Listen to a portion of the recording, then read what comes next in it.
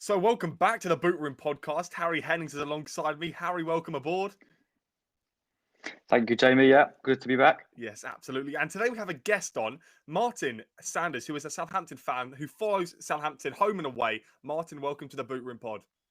Yeah, thank you for having me. It's a pleasure to be here. It's good to see you both, boys. Yeah, thank you very much. So, Martin, go on then. Tell us about last season, because obviously Southampton got to the Premier League via the playoffs. It was a very good season for the Saints. But talk us through that season as a whole. It's a good season, really. A massive change in the summer. Obviously, we got relegated. Went through three managers in that season under the ownership of Sport Republic, who are the current owners of the club, and they decided to part ways with Ralph Hasenhüttl, which, when you look back on it, was probably a disastrous decision. Yeah, it was. We then brought Nathan Jones in, disastrous decision. Brought Ruben Sellers in, disastrous decision. We're relegated, and then you're in the mud because you've got to balance your books quickly, but you've also got to try and find a manager and rebuild for another season, and it was never going to be easy, no matter what happened. Russell Martin come in, different philosophy, a totally different way of playing football. Obviously, come in from Swansea. It not really had loads more than mid-table finishes, so the fan base weren't exactly enamoured by that appointment at all. It was a lot of sceptical fans, very unsure about his philosophy and the way he wanted to play football. We played some lovely football at times. We kept a lot of good players in the door. You know, that summer, we lost a lot. The players that you'd expect to lose, James Ward-Prowse, Romeo Lavia, you expected them to go out the door. They loaned a lot of players out. They didn't spend loads of money, but they loaned a few in, Harwood Bellis, Flynn Downs. So made some good additions to the squad. It was a bit of a shaky start, to be fair. Start the championship season. We had a really bad spell. Early September, we lost 4 in a row, and a lot of it was coming down through to the way we were conceding goals because of the possession-based football we're trying to play and the risk versus reward. And he managed to somehow come out of the 4-game beating streak and went on a 25-game unbeaten run, which was quite incredible. And we never really looked back after that. We had a bit of a wobble at the end of the season. I still think with the squad we had at our disposal, it was a championship winning side, really, personally. We got the playoffs and we managed to beat Leeds, and it's been a nightmare ever since. Obviously, when Russell Martin was appointed as a new manager, he implemented quite a possession-based style of play. What did you think about that? Obviously, in the past, you've had more attacking or defensive managers, but what did you make of a very, heavy possession-based style of football? Yeah, it was very different. It was very different, Harry, compared to what we'd seen before. We had a long period of time under Ralph Hasenhüttl, who was one of the longest-serving managers at the football club, and it's very much about playing a 4-3-3, high energy, high press from the front, and being compact without the ball. And we were very, very slick during that period of time under him. He worked with very small budgets, did Hasenhüttl, and he did well with not spending a lot of money. Obviously, Martin wanted to play a totally different way to what obviously Ralph had done, but he still had a lot of those players in the door, really. So it took a long while to coach those players into playing another style of football. It doesn't just happen overnight, unfortunately.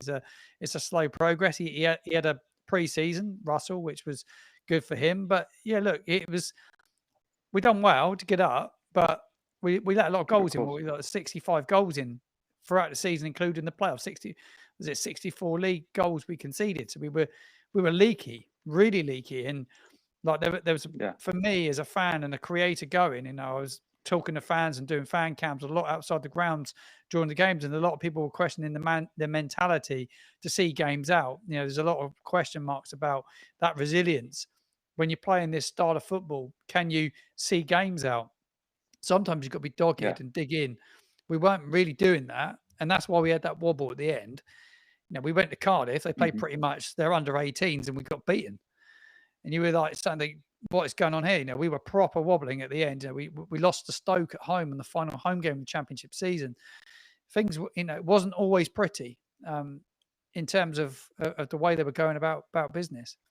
But I've got to say, though, Martin, the championship's never easy. Like, it's such a slug of a league, and, it's Tuesdays, Saturdays, and you play Preston away one week, and then you're up to Sunderland, and all these sorts of weird fixtures. But that's what makes the championship so unique and so beautiful. So what was the best moment from last season then, maybe apart from getting promoted? Oh, there's some great moments along the way. I could pick out quite a few moments that I really enjoyed last season. So I give you my 3 favourite moments. I would say Huddersfield at home was a really special day. Really special. They're a side that come. They were bottom 3. They were fearless on the day. They finished up 5-3. Really good game. Loads of goals. They took a 2-0 lead before half time. But the second half was brilliant. Joe Rothwell on the day scored an incredible goal right down the end of the ground I was at. I'll never forget that goal he scored. It was brilliant. I'd then have to say the playoff semi-final at St Mary's was I've been going to St Mary's since it opened. I used to go to the Dell a lot as a young boy growing up, so I spent a lot of time down at the Dell, and the atmosphere down there has never been matched at St Mary's, other than the Inter Milan game in the Europa League a few years back. That was special, but that moment against West Brom at St Mary's, the flares before the game, the atmosphere outside, they called for the fans to really turn up in numbers and get behind the lads and become the 12th men, and they did, and the fans were insane. And St Mary's had an electric atmosphere that night, and I'll never forget the sun setting. There was a red sky, red sort of purple sky setting on St Mary's, and Will Smallbone smashed that goal in to put us in the lead, and the place erupted, and I've never seen St Mary's like that since that Inter Milan game. It was really magical. And then obviously Adam Armstrong scoring that goal at Wembley topped it off. That was the best moment for me as a Southampton fan. The third best moment in my life, behind my 2 daughters being born. It was magical, really magical. And then obviously, as a result of that Adam Armstrong goal, obviously then it was a return to the top flight again. But did you sort of think personally, when you rejoined the Premier League, was it more of a case straight from August, we have to survive this season, not can we push on and try and get a decent mid-table finish? Yeah, it was all about survival, really. The squad was always going to need work. I think with a lot of the older fan base, there was always question marks over Martin and his style of football.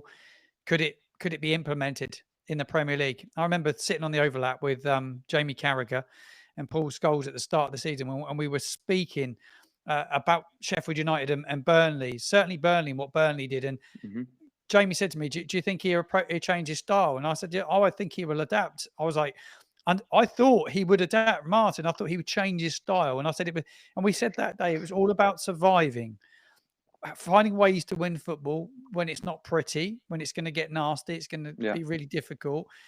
And you need to recruit really well. And at the time, I was a little bit concerned about the recruitment. And really, the recruitment just wasn't good enough when you look at it, other than Aaron Ramsdale, who was the standout flagship signing. Brilliant bit of business to bring in an England goalkeeper. Magnificent, but you've got to build the core in front of him. So you need a really good centre-back, really good central midfielder, and someone that's going to find the net. Unfortunately, we've been there with Adam Armstrong before. He had 2 years in the Premier League and scored 4 goals. It was pretty obvious that he was never going to score loads of goals in the Premier League. Shea Adams left because his contract ran out, and he went to Roma. He wouldn't sign a new contract, and they let it run down, which was bad, really. They needed to get him to commit, along with Stuart Armstrong, 2 key players from the Championship season. They both walked out the door, which was for me, losing Adams, no matter what you say about him, and he's not everyone's favourite. He was a very good shield for anyone that played around him. When you haven't got the greatest players in the world, you have to find a way to get up the field. And if you've got somebody that can play in a 9 role, that's big, that's strong, that's got a bit about him, he'll fend people off and let the not so good at players, Fraser, Adozie, let them get up the field. That's what he would do, because he was such a big lad. He'd drop in, and he honestly, I cannot express to you what a massive miss he was this season. Saints fans don't talk about it, but I studied Southampton religiously last season, and their best performances came when Shea Adams was in the side, and they let him go, and they replaced him with Cameron Archer, which for me was just quite incredible business, really, that they would replace somebody of that ilk with someone so different in terms of profile of player, because Cameron likes to play off the last shoulder. He got relegated with Sheffield United the season before. I never thought he was like the answer, but we're in for Delat. We didn't get that over the line for whatever reason, and the recruitment just wasn't good enough, and inevitably they've paid for that, alongside having a manager that wanted to play a certain way and no Premier League experience in the squad and in the club. it was just been an absolute disaster. Am I right in saying that you signed 25 players?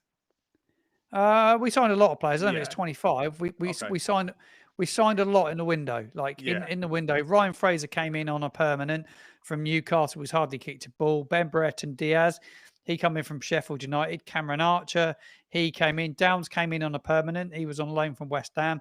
Fans called for it. He's really struggled to step up. Taylor Harwood-Bellis, he came from Man City on a permanent. Really struggled to step up. Yuki Sugawara, the right back. Again, not Premier League ready, really struggled. Charlie Taylor, he was another one that come in from Burnley, got relegated with Burnley. Leslie Ugachukwu coming on loan, and he's probably one of the better like loan players in. Maxwell Cornet coming from West Ham, absolute nightmare, rubbish. Hardly played a game. He went back out on loan. Trying to else I've forgotten now. There was a lot. Yeah, there was probably 12, 13 signings, to be fair, and just like nothing really stuck. You had a few players come back from loan spells and stuff, but Brereton Diaz has probably been one of the worst signings I've seen us make in a very long time. Yeah, but I suppose when you sign that amount of players, you are taking the risk of will they gel? Are they Premier League proven? I mean, Maxwell Cornet, when he first burst onto the scene, was a very good player, and then all of a sudden he just kind of dipped. But there's one player that he didn't sign, which is Tyler Dibbling, and obviously he's been exceptional, right? Yeah, Tyler's been good. I've been following him for a long time throughout the age groups. He's come through the academy. He actually left and went to Chelsea probably 3 years ago. In the season we got relegated last time, he went off to Chelsea, then come back. He didn't settle there for whatever reason. He's very ambitious. He wants game time. He's a really shy, humble lad. I had the pleasure of meeting him actually at the start of the season, and he just wanted game time, and he just wanted to break through and get an opportunity. And he got that under Martin against Newcastle and looked pretty lively. And I thought he looked fearless because I watched him in pre-season. There've been a few of our pre-season games, and him and Sam Amiao, they were the best two players in pre-season. Bearing in mind that they let Amiao go out on loan with a view to he's sold, he's gone, Amiao's gone, which is quite incredible. But Tyler got that chance against Man United, and is it Diallo the left back? He absolutely destroyed him on the day. Lunchtime kickoff on TNT. He was mustard. Wins the penalty that Cameron Archer took. To be fair, Brereton Diaz took the penalty. It could have been so different. Archer missed a pen, never really taken any pens in his career. Missed it. Saints lost the game. But the bright spark was Dibbling. He scored against Ipswich a couple of weeks later in the next home game. And to be fair, under Martin, he was very good, Tyler. He had a brilliant run. His standout performance was at the Amex at Brighton. I was there that night. He was brilliant, absolutely terrorised Brighton that night. He played in an inside midfield role in Martin's system because he played quite narrow, Russell Wood. But he sat in there. The other lad I didn't speak about was Fernandez that we signed, Mateus Fernandez. They had a lovely link up on the night, and they were just really good. And we're lucky not to get something on the night. But since that game, I've not seen the Tyler Dibbling that we saw then again. So whether that's down to noise, a lot of clubs want him, or is it down to the change of manager in Juric, who he just doesn't like his system or doesn't work in his system? But he's brilliant. He's been brilliant, but he was brilliant for the first part of the season. I've not seen a lot in the last couple of weeks. Unfortunately, it was quite a difficult start then for Russell Martin. Obviously, your first win of the season coming. Your 10th, I believe it was your 10th game against Everton at home, obviously as a Spurs fan, and then obviously his final game was the 5-0 defeat at home to Spurs. But as a Spurs fan myself, obviously I was happy with that performance. But I can imagine for you that was sort of the final straw when you just thought that this is the right time for him to move on. Because I think I remember that. Maybe at 2 or 3-0, you made another defensive change, and I believe Sulemana makes way for another. I can't remember exactly who it was, but you basically salvaged an attacker for a defender, even 15 minutes in. Yeah, it was a tough night. We'd had a tough run up until that as well, and the Everton game, you go back to that, and to be fair, Everton, one of the poorest sides that visit St Mary's this season, without a shadow of a doubt, should have still won that game. Actually, they should have beaten Saints that day at St Mary's. They were really unlucky. Okay. Michael Caine had a header at the back post at Ramsdale, made an incredible save right in front of me where I was. It was an incredible save. Rambo he's been brilliant all season. I've got to say, he's kept scorelines down, and he had a spell where he was out injured, Ramsdale. I think he wasn't available for that Spurs game, if I remember right. I think he was injured. I think Alex McCarthy played in goal that night. Right. We'd had injuries in the run up to that game, but it was an inexcusable first 45 minutes, and we conceded so early, and we were so open, and that was the first time I saw players not running for him, and I thought he had the players on board. That was one thing that probably stopped him sacking him earlier. That he did have the players. The players were playing for him, but that game against Spurs, they didn't play for him at all. And there was runners running left, right, and centre, and no one was tracking. It was just like just a car crash of a performance. And he looked lost. He looked a lost soul on the dugout that night, Russell. I feel sorry for him in loads of ways because he's never really had Premier League people around him. Premier League staff, Premier League players. People that would have looked after him going into that game, and on that night, say, "Come on!" I always thought Adam Lallana was going to play a key role in this, just to like shore things up a bit, just to try and get some control on that game. But it was literally an absolute mess. And look, if we lost 2-0, he would have still been in the job. But the fact it ended up becoming 5, it was just quite. Look, there's been a lot of bad defeats at St Mary's. That's not been the worst one, but it's right up there. I could name a worse one than that because we were smashed against Chelsea by 5, and I think the Brighton game and the Brentford game, the Brentford one was probably the worst, really, and truly out of everything I've seen. It was quite incredible what unfolded that day. I've got to say, though, I mean, Russell Martin's a young English manager. We need more good English managers because we do lack them.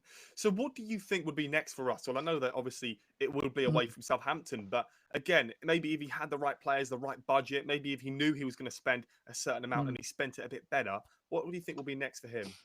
I think he's learned a lot. He's on Monday Night Football with Dave Jones and Jamie Carragher a couple of weeks ago, and I thought he was brilliant. Actually, I did a little section on my channel about it actually, and I reflected upon what he had to say on the night, and I'm just trying to think back of everything.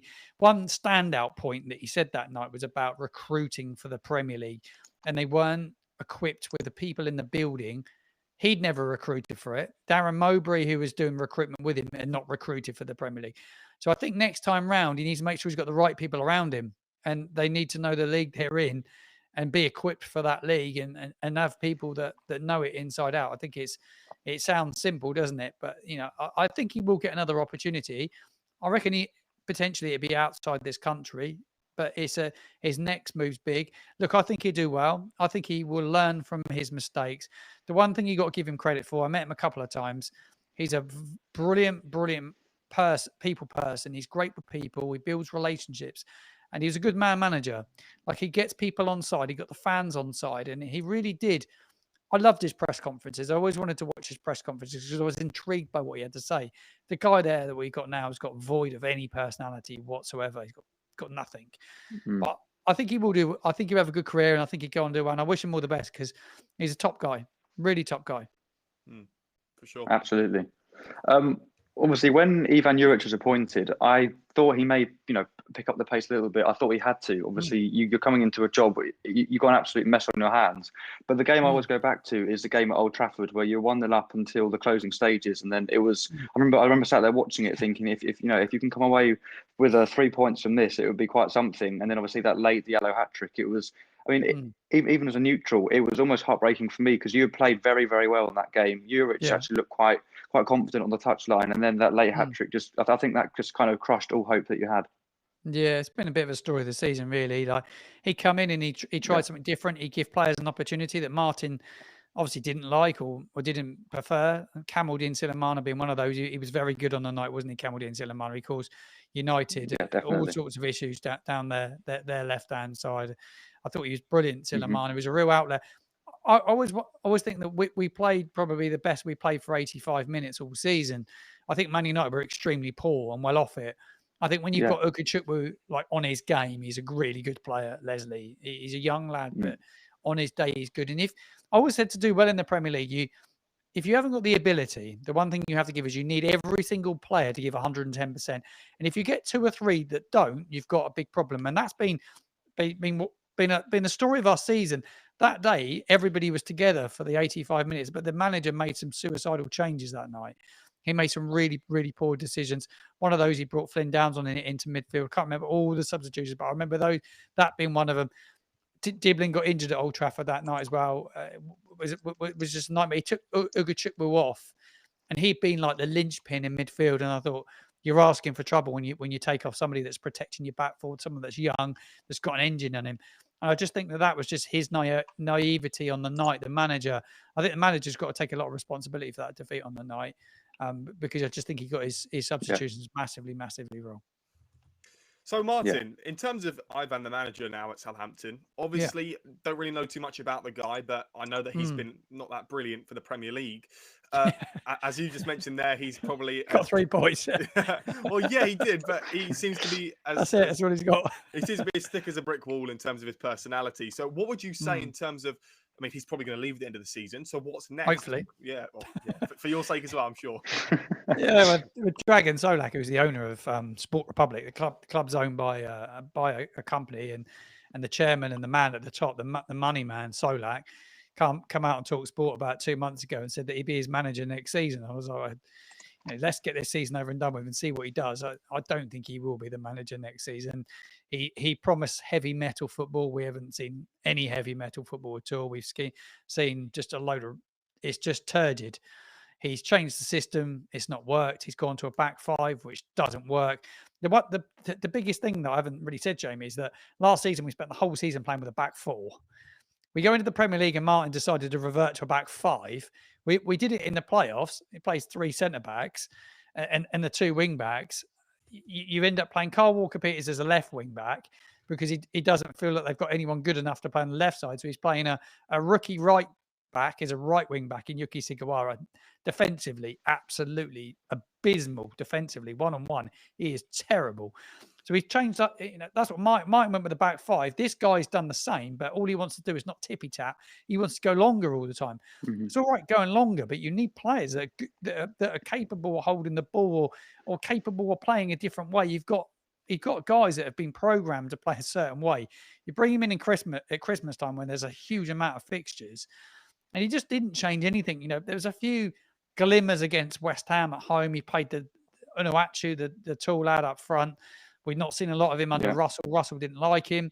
Not really a Martin player, but this guy wants to give him a go. He showed a few glimpses. We then went to Palace and we were absolutely awful on the day. Got beaten. Can't remember who the league game was after Palace. Maybe I think it was Brentford at home, and the players didn't play for him. And I thought, geez, mate, you've been in the door like 4 weeks and you already haven't got your players playing for you. You watch body language if you're in a stadium. If players are buying into it or not, and they didn't give it. And it was infuriating to watch. I thought, well, he's already lost the players at this stage, and I don't think he's ever really had the players. He's made some bizarre, like he's come out with about Flynn Downs. I think it was well known that he told him that he didn't want him. He find another club was what he said to him. You're not in my plans. I think Downs found another club. It was well documented. He was going to go to Ipswich, but the club pulled it at the last minute. So they're not aligned top to bottom. The manager, the ownership, and the people in charge. So there's no alignment on what they want and who they want and who they don't want. And then you've ended up him kicking off for whatever reason, and then he's come out, the manager Juric, and thrown him under the bus and said, "Yeah, he's got a stinking attitude. He's not training with us. He's training with the under-21s." So that gives the fans an opinion. All they're knowing is they don't know that he's been told that he's not wanted. They're all thinking, "Oh, he's tried to get a move away. He wants a move away," and the fans are hacked with him. He's thrown it into the press, and in the meantime, he's already called Dibbling out a couple of times. And then there was young Mateus Fernandes a week ago. We pulled him off at half-time. He's been our best player for months. He said he didn't like his performance, didn't like what he saw from the player. So he's bringing stuff into the public domain, which he doesn't need to do as a manager, I don't think. And when you're struggling like that, and all you're trying to do now is to be respectable between now and the end of the season, and not beat Derby's points tally record, you needed everyone on side. You start throwing all the young players or your best players under the bus, you've got a bit of a problem. That's why I thought they would have sacked him during this window. I thought he would have gone, but he's still here. I'm really surprised he's still here. Really surprised. Yeah, absolutely.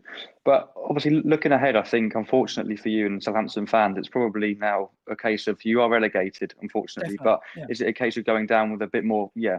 Is it a case of going down with a bit of dignity and a bit of, sort of self-respect? Because I did see that Juric came out and said, I think it was a post-match interview, he sort of accepted the fact that you are relegated, but he wants to at least see a little bit more faith and hunger in the, the remaining games that you've got this season. Yeah. No, it's all about now some pride and some respect for the fans. Really, wearing shirts with pride, putting effort in, making your tackles count, caring. A lot of really basic things. St Mary's has been pretty much full up week in, week out till recent weeks. The away support is insane. Every single away game I go to, it's full up. They've got incredible support, but the players really now need to start digging in and giving something back.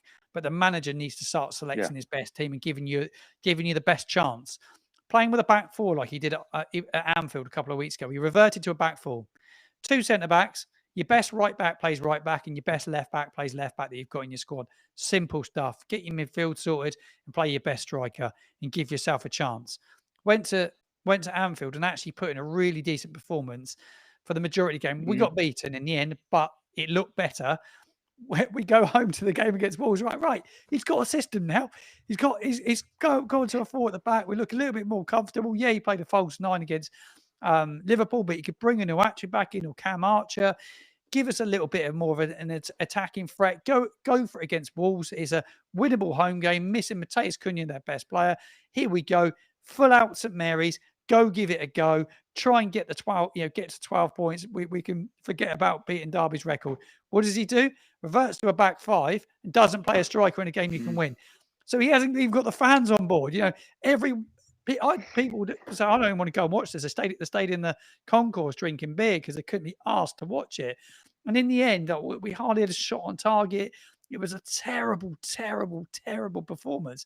Probably the worst home performance I've seen, actually, since Nottingham Forest in the season we got relegated last time round. It was honestly, I've never seen anything like it. It was so freaking bad. But this is what you're up against. And people still turn up. I can't believe it. It's insane. But that's the thing that I respect so much about fans. I forgot what club it was, but I went crazy a few weeks ago because the fans pay their hard-earned money. So you went up to Newcastle. So you're going all the way up from the south of England up to Newcastle, and you see your team maybe not putting the best of performances, and it's disappointing. But then they must think from a player's perspective that they have to step up. But in terms of Onuachu, I think he's a decent player. 19 games, 3 goals, perhaps doesn't show for it. But I think he's a big physical presence up front, which a team like Southampton must need. He's had a tough time, Paul. Tall Paul, as we call him down here on the south coast in Southampton. Look, he was bought in for Nathan Jones in the season we got relegated. So that January transfer window, which will go down as one of the worst transfer windows Southampton Football Club would have ever seen. It was a terrible, terrible window. Silimana was bought in that window. Mislav Orčić was bought in that window as well. It was a really, really poor window. And he come in then and didn't really break through. Within a few weeks of him signing, you had Nathan Jones departed and in came Ruben Sellers, and he never played him. Got to the summer, Martin come in. Martin didn't fancy him. He got loaned out to some Turkish sides. He had a season getting loaned out and played a bit of football, scores goals where he went. I think he scored 18 goals in the Turkish league last year. He's prolific wherever he plays if you play to his strengths and give him an opportunity. Martin, again, didn't like him this year. The club tried to get rid of him in the window. Every window they've had him since he's been here, they've tried to get rid of him, every single window. And then in the end, they did bring a striker in so that they can't let him go because you've got no options up front. So they stuck with him. Martin didn't really use him until right at the very end when he was kind of out of any ideas. And this manager comes in, he's given him a bit of an opportunity. I was at Forest, he scored his first goal. He got one against, I think it was Ipswich away. He scored there as well. And then he got one at home, against Wolves. So, he's got potential to do all right in the Championship, but he's a tall lad. He's good in the air. He's not got the greatest touch, but there's no point if you don't get the ball in the box to him. And we're not too keen on crossing football. So it's you've got defenders that can't get a ball above the midriff, which is a little bit of an issue at times. Yeah, that definitely is an issue, isn't it? Yeah. Something I did want to ask you, actually, it's not even something that we've planned as a note. It's something I've thought of across the course interview so far. I'd like to ask you your best starting 11 then So I'd like to know the best formation. And so is it a back 4? Is it a back 5? And what 11 players are your best 11 players? Yeah, for me, it's without doubt a back 4. Aaron Ramsdale in goal, there's not a shadow of doubt about that. Kyle Walker-Peters is a really good right back. He's not the player he was. He's not a right wing back, and he's certainly not a right-sided centre back, which is what Juric has been doing. I like him playing at right back. Ryan Manning is not a Premier League left back, but he's the best left-footed player probably in the club at this moment in time. Charlie Taylor's nowhere near it. I thought Charlie Taylor was going to be that man, but at the moment Manning's been playing. If Taylor had shown a bit more, it would have been Charlie Taylor for me playing at left back. I thought that's why he was brought in. Your two centre backs, it's pretty comfortable, really. Jan Bednarek's been one of those. He's been really, really good. Taylor Harwood-Bellis actually hasn't been at it for me. I don't think he's been anywhere near good enough. He's got a new agent that's really busy. I still think he'd probably be in my best 11, though he's not probably our best centre back, but he'd probably be in it at this moment in time. Bella Kopchap's breaking back through, but it's way short of any fitness. And then through midfield, Leslie Ugochukwu starts for me, central midfield without any question. I play Downs in there with him as well. And I've almost played with 2 6s. I think it protects your back 4 if you play with 2 6s. And then you've got Mateus Fernandez, who can play in an 8 role, who's really, really good. And then I think in midfield, you need Dibbling off one side, Silamana off the other side, which I think is really important. I think the two with a bit of pace. And if you can accommodate in your side Unuachu, I think he's probably at the moment he's probably shown a bit more than Cameron Archer. I think Cameron Archer off the bench is a good player to use. He'd probably be better playing with a 2 up, but I'd definitely revert back to like a 4-3-3 really, to be fair. But I'd definitely like to see two 6s if I could, almost like a diamond in midfield would work far better. In my opinion, it sounds quite simple, but no manager that we've had has seen it really, which is quite scary, really.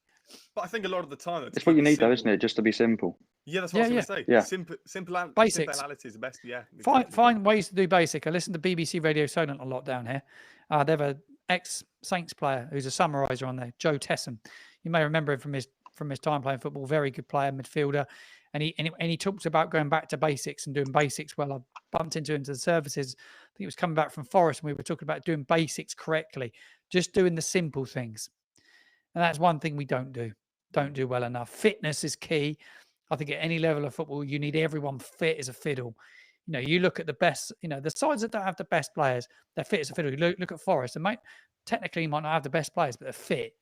Brighton, fit. Bournemouth, fit. And that's what you need. Yeah. You need everyone on their game. You need everyone at optimum level.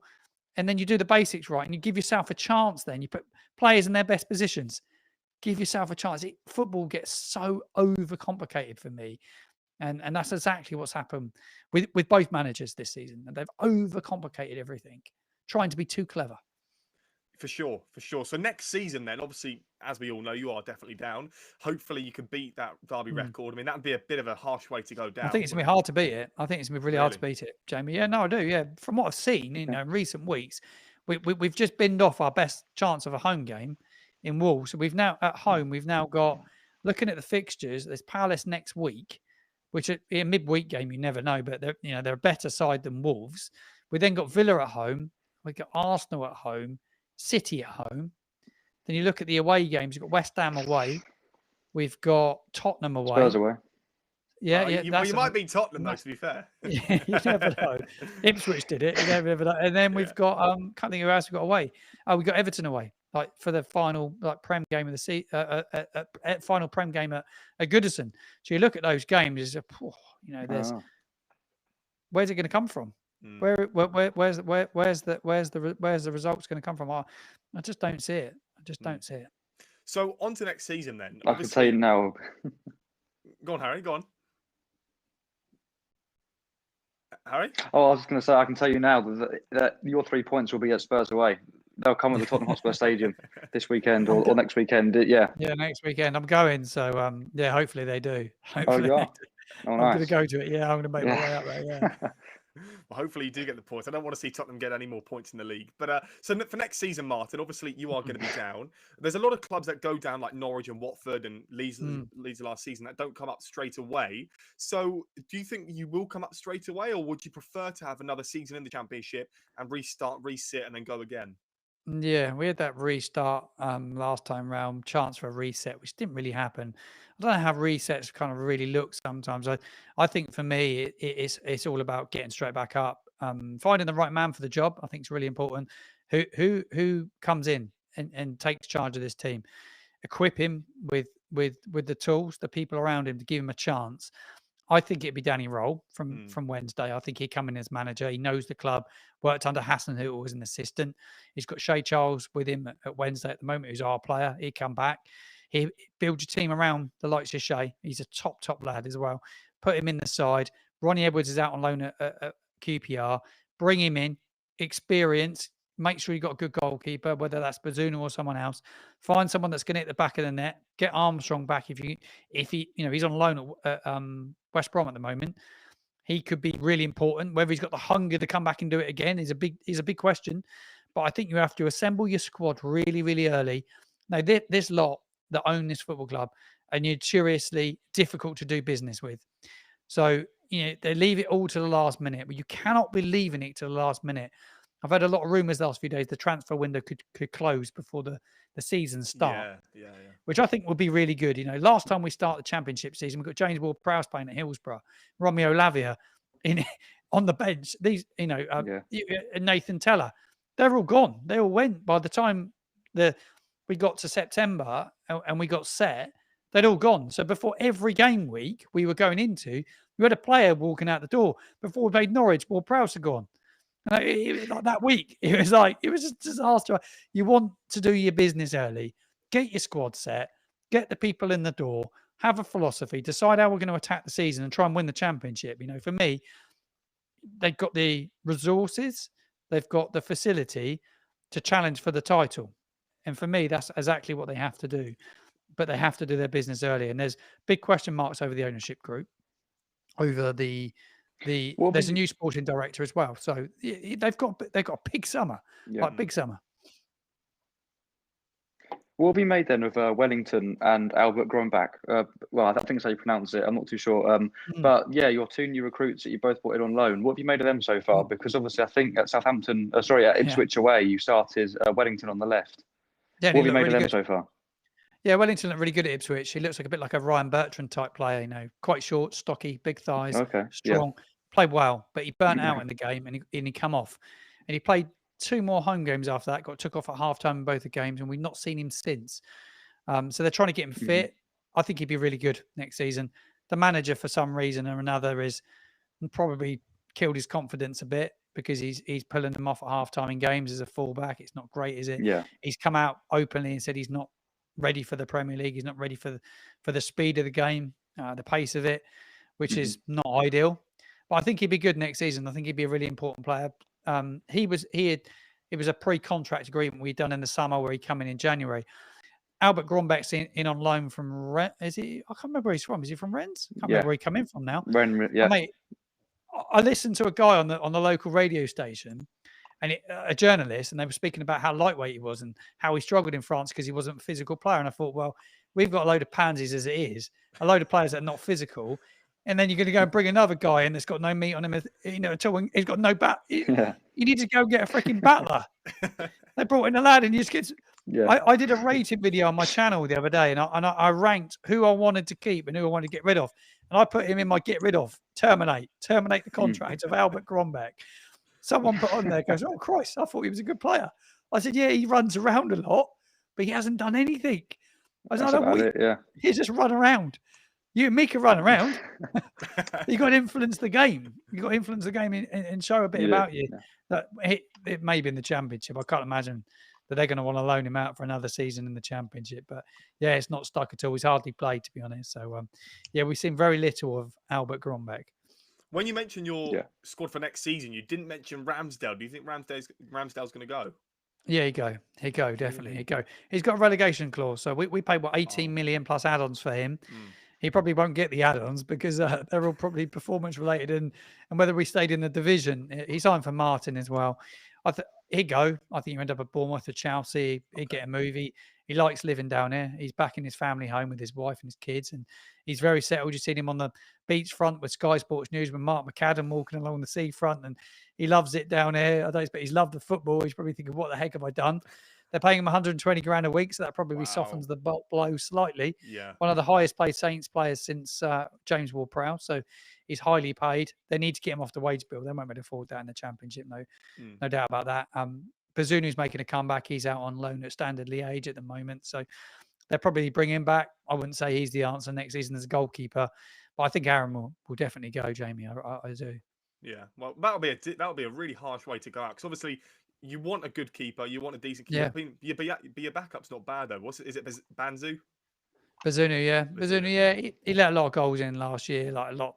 He had a bad injury. He picked up did his Achilles or ACL. He did his ACL. So he had a bad injury. He's trying to get back from it. So it's tough. You know, Alex McCarthy's still there. He's got another year on his contract. He's been around for like a lifetime. Yeah. But again, a shot stopper, only really poor with the ball at his feet, lets a lot of goals in, seasoned pro, but, you know, I don't know, just doesn't look like he's got a massive love for the club.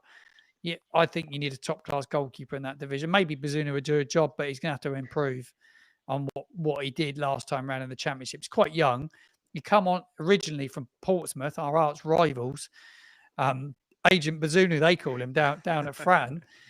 He come in and obviously let a hatful of goals in that first season, you know, in the Premier League. But very naive from the football club to put a 19-year-old into a brand new back four, which included more teenagers in midfield. It was always a recipe for relegation. And yeah, great lad. But yeah, whether he's got it to be the keeper, I don't know. You can take Daniel Backman from Watford. Have him. I don't want him. Oh yeah, Daniel Backman. Yeah. We've seen him in Ben Foster's cycling GK. Backman. Yeah, but we've got Selvig now, so you can take Backman. Backman's been pretty poor this season. A player I've always actually quite liked for you is Samuel Edozie, and obviously he's at Anderlecht at the moment. Played quite a vital role in their what once was a race for obviously the Europa League Final 8, Final 4. Obviously, I don't believe they're in it now, but is he someone that you would definitely take back? Because I think I watched your keep sell video briefly, and I believe I saw him on there. But where did you place him?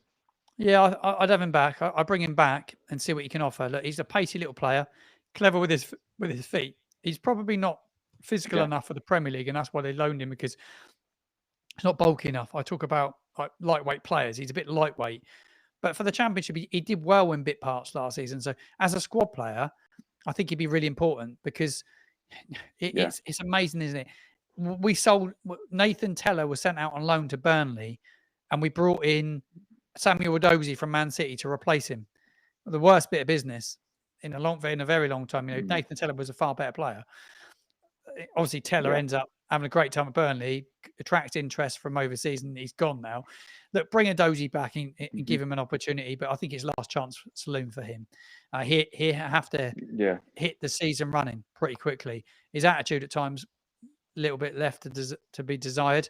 Little bit of, one of those young players, a bit arrogant, flash trainers, flash car. Yeah. All good, mate. But, pull your socks up and start performing on the football field and start delivering for your club. That's all what we want to see as fans. He's got a big year for him. Really big year. Absolutely. I hate those players that have those pink boots and those pink cars, and just keep it simple. Black boots, Puma Kings, just deliver on the pitch. Try, work hard, give it everything. Just deliver on the pitch. And you know what? If you're delivering on the pitch, no one will question your lifestyle and stuff. But I just think it's about giving your all when you put a shirt on. His best performance, actually, or one of his best performances, was when he came on in the playoff final for. I can't remember who got injured. I think it was David Brooks got injured in the playoff final, and he ran his heart off that day. And everything went out the window. Tactics went out the window. Shape went out the window. But everyone worked for everyone. And it was probably his best performance for Saints. He went off knackered in the end. Come on as a sub, but he went off as a sub. But those sort of performances is what you want to see from him, really. The young kids down here love him because he's got all the step overs and all the tricks. And they love making edits of him and stuff. So he's a bit of a fan's favourite with the younger generation down here. So I hope it works out for him. I always feel like the players that don't keep it simple.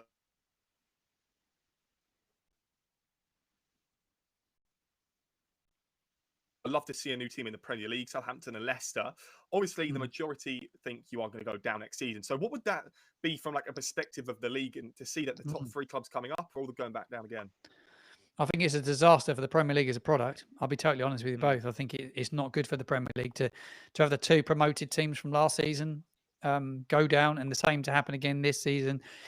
When you look at it, Southampton have not even competed at all. A well-established Premier League club prior to the relegation 2 years ago. You look at Leicester, well-established Premier League club till a couple of years ago. They've not competed this year at all, really. Ipswich have given it a go, but they're a championship side. When you look at the squad, they equipped themselves for next season probably to give themselves a really good chance. I think it's a disaster for the league. I think there's an issue there, but these three sides will go down with parachute payments. Though they've actually stunk the Premier League out in terms of performances, they go down in the Championship and they're showing like a bright star, aren't they? And they rip the Championship to shreds. They have the money, they have the power because they've got the parachute payments, and you're just a yo-yo. You're going to see the same. When are you going to see a side promoted from the Championship that doesn't have parachute payments and survive in the Premier League? What the last side to do it was Bournemouth and Brentford, wasn't it? I think Forest broke all the rules, didn't they? They absolutely spent over the odds, broke every rule. But I do think that the PSR rules massively favour the big clubs. Clubs like Southampton, it doesn't. We're trying to find ways to make more revenue around the ground, but we're just that inability to compete when you're there. Unless you spend 200 million, really and truly, let's be honest, you don't really have any chance. But it'd be harder for us than ever now to get back. I really do. I think the damage that will be done from the season we've had, I think maybe for Saints and Leicester more so, but predominantly Southampton, is the damage done when you're going down with 9, 10, 11 points. The damage that does to the players, the owners, and the fans. I think it could have a really long-lasting effect. Look what it did to Derby. They never got back, did they? They never got back. And Robbie Savage, I'd love to go in the dressing room with these players in this squad. And I refer to Robbie Savage in that picture. You will remember Robbie Savage as a player for getting Derby's 11 points.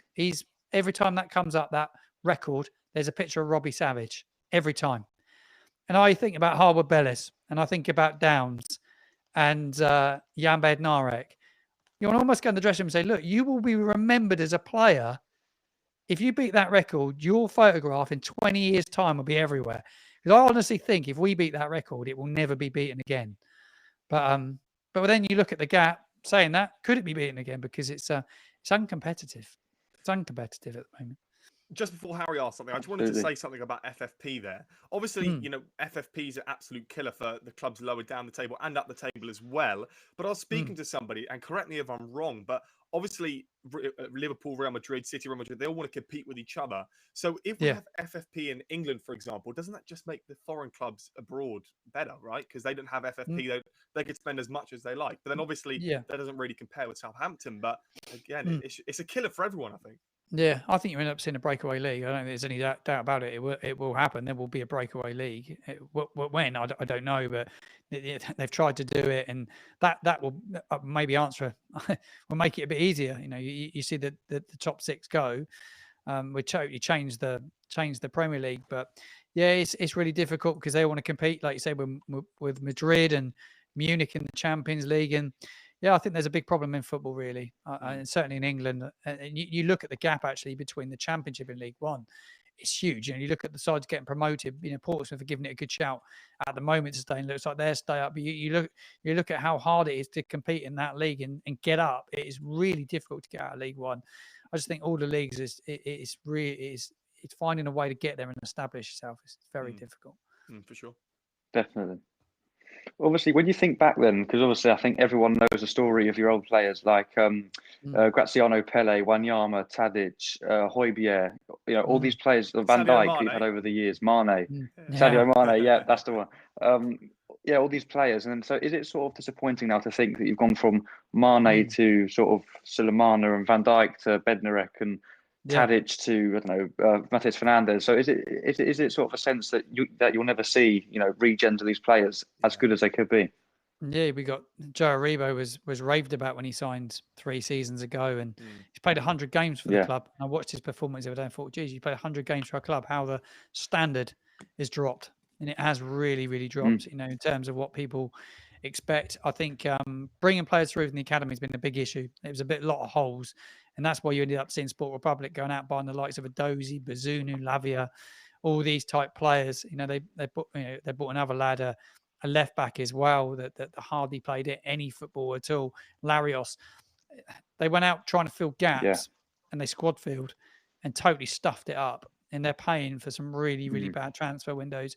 You have to get a really good blend, don't you? You have to have a blend of really, really good recruitment. They used to have the black box, as they called it. So recruitment was really good. When they brought players in, they were really shrewd about what they did. And they brought players through from the academy. You looked at Lallana come through, James Ward-Prowse, Luke Shaw, and some unbelievable talent. Oxlade-Chamberlain, you could just reel off name after name. And they mixed it with a blend of the likes of Pella. And then they brought in Mane. And they recruited really, really well. And it's getting the right people at the club that know football, that are going to bring you the best players, because to compete, that's what you need to do. We're always going to be a selling club, because you're never going to keep the likes of Mane if they really, really perform. But you've then got to try and go and recruit again. And, they had a couple of really bad, they lost key people that were doing that process. And then you get somebody in that doesn't really have as much of an idea and messes up 5 or 6 transfers, and you're in a bit of a mess, really. And that's why we ended up with likes of Moya Lanusi and Nathan Redmond. No disrespect to them as players. We've ended up with these type players, and the standards dropped, but the standard needs to be risen massively. But will it happen under this ownership? I think they've got the heart in the right place. I think they want the club to do well. I just think they've had the wrong people in the door. There's a multi-club model. It's not just Southampton. They've got 3 other clubs that they're trying to manage. They couldn't manage 1, let alone 3.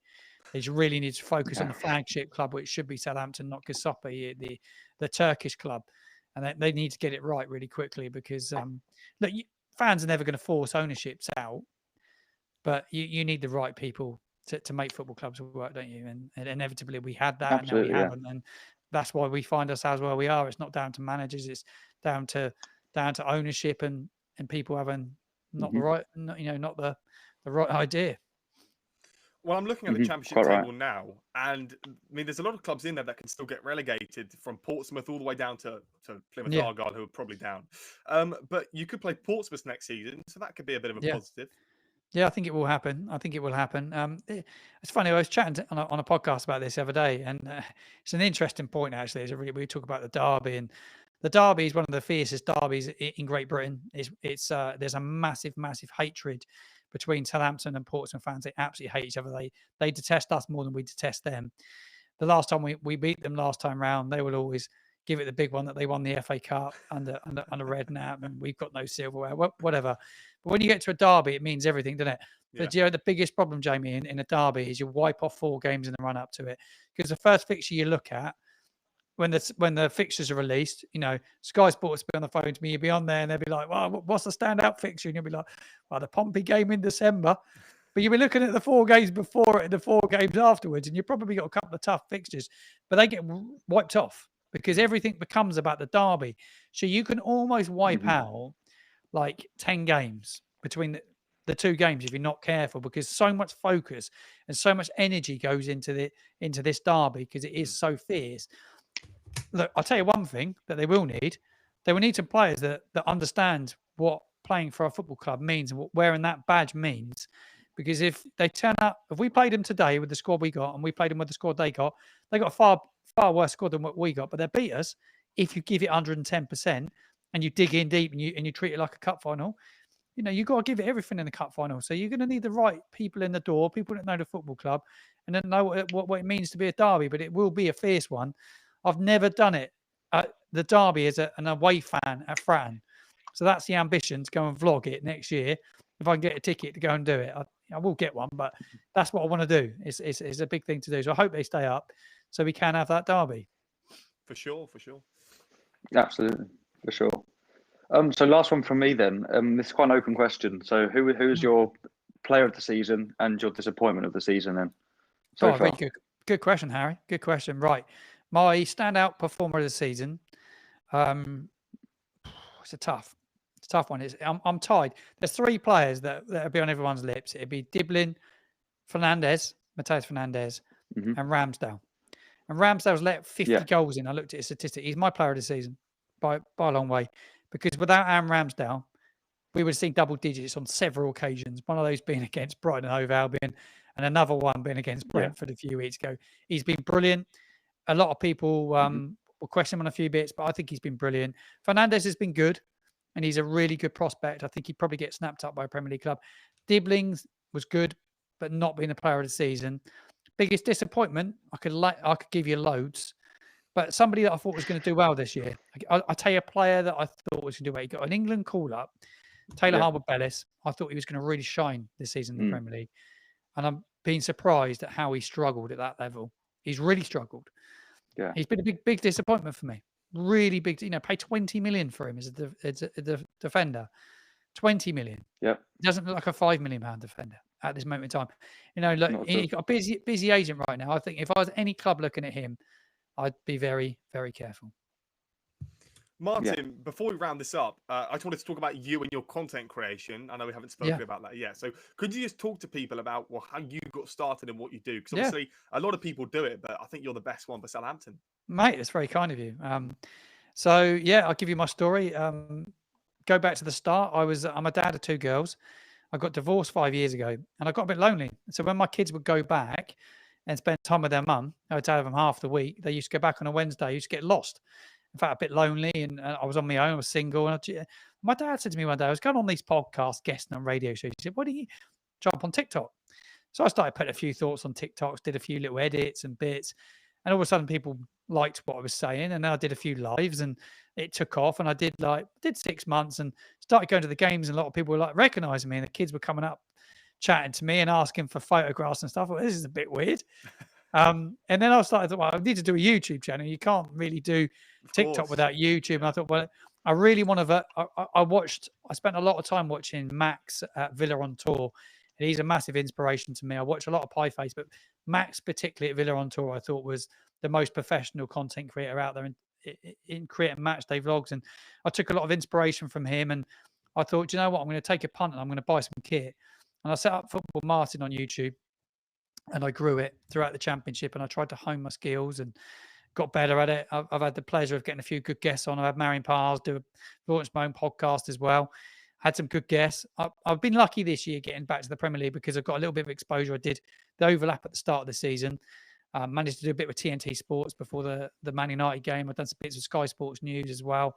Did a bit with TalkSport. So I've had some really good. I always try, I come on your show. I always try and be honest, and I try not to be rude. Just try to be decent. What you see is what you get. And I think if you're really authentic and you're prepared to interact and you're prepared to talk to people, I think you've got a factor that they like. And then before you know it, it's just snowballed. This year has just been the most insane year of my life. In content creation, it's been insane. Like the YouTube channel's gone from 100 subscribers to 3,500. Getting 100,000 people tuning in a month to watch my content, whether it's a match day vlog, a transfer video. But I've kind of become that one-stop place for all things Southampton fan related. From a Southampton fan channel, there wasn't really anybody doing it. There was a guy called Match Day Vlogs and done some really good match day vlogging, but he didn't do anything outside of it. And I want to be the news source. I want to be the fan. I want to be relatable. Got some really good podcasts lined up with some good guests as well. And I love doing it. And yeah, look, I've got to find I'm in the process of trying to find a day job at the moment that works around it. And I think that's the biggest balance for us guys. You two too. You're trying to balance this, and you pay for it out of your own pocket, and you're trying to balance that with a job because it costs money to do, doesn't it? You're traveling up and down the country, so it's like I'm trying to find my next step now. I want to take it to the next level and become a channel that's creating content day in, day out, shows day in, day out, breakfast shows, evening shows, transfer shows. I want to link in with the club more. So I've got a lot of ideas. I want to do the pre-season tour. It's it's just a massive, massive, you build a beast, and it is a beast because I cannot go to a football game now and get around the stadium in 2 minutes like I used to. Literally will get collared everywhere I go. But it means a lot to a lot of people. That's a big thing I say, Jamie, is it can mean sometimes you can feel a bit like you're lonely in your room doing it, and you get a few people call you out next and call your names. And then I go to a game and I have 2 or 3 people who always come and find me. There's one young lad, I give him as my final bit of my story. There's a young lad comes to find me before every game. He's got autism quite badly. But he comes to find me with his family every week. I give him a hooded top with my logo on it a while ago, and he wears it in the hope that he's going to see me before the game. And he will search St Mary's. His mum and dad tell me every week to come and say hello to me because he's got to see Football Martin. He watches my videos every day. And look, it means the world to him. And that's why I do it. For people like that, people that want to watch it and want to enjoy what I do. And that's what I've done, really. Well, what goosebumps that is. That is an outstanding story. And I know, Martin, that, same story as Harry and I. You're going to keep pushing for it. And obviously, you're doing an amazing job. And you're going to find the niche eventually. You're going to be able to balance it out perfectly, for sure. So I wish you the best. I hope of so. luck with that. Definitely, yeah. I hope so. I might enter the Content Creator of the Year awards. I think you can do it yourself. So I might do it at the end of the season, actually. Somebody said to me, you need to put yourself forward for it. I was like, I don't know if my content's been that good. And I was like, yeah, you got to do it. You got to do it. So I might give it a crack and see what happens. You should, because I was there last year, so it'll be good to see you there if I got there this year as well. So it would be nice. Yeah. So Martin, thank you very much for joining us. You're welcome. Thank you very much. And Harry as well. It's been a pleasure. Thank you very much. You as well, mate.